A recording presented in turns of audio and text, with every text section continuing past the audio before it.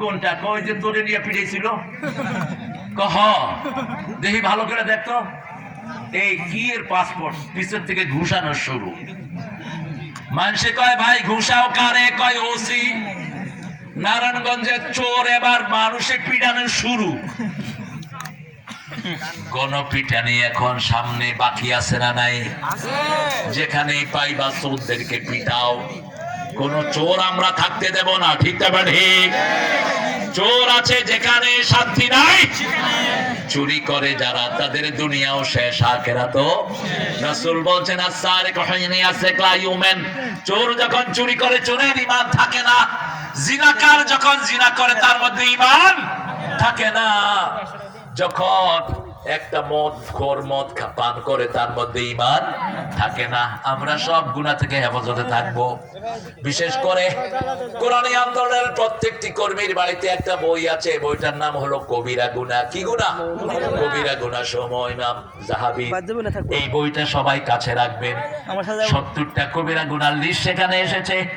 ইমাম যাহাবী হলেন আলা শুরুতে বুখারী ও মুসলিম বুখারী মুসলিম যে পর্যায়ের আলেম ইমাম যাহাবীও সেই পর্যায়ের আলেম 70টা কবিরা গুনাহ থেকে যদি আমরা বেঁচে থাকি আমাদেরকে জান্নাত দান করে দিবেন কে আল্লাহ সূরা নিসার 31 নম্বর আয়াতে আল্লাহ বলছেন ইন তাজতানিবু কাবাইরা মা তুনহাউনা আন নুকাফির আনকুম সাইয়্যাতিকুম ওয়া নুদখিলকুম মুদখালান কারীমা কথা বলবো না বলেন এই কথা বলো না এই ছেলে দেখে দাও যদি তোমরা কবিরা গুনাহ থেকে বেঁচে থাকো কে বলছেন আল্লাহ ইন তাজতানিবু কাবাইরা মা তুনহাউনা আন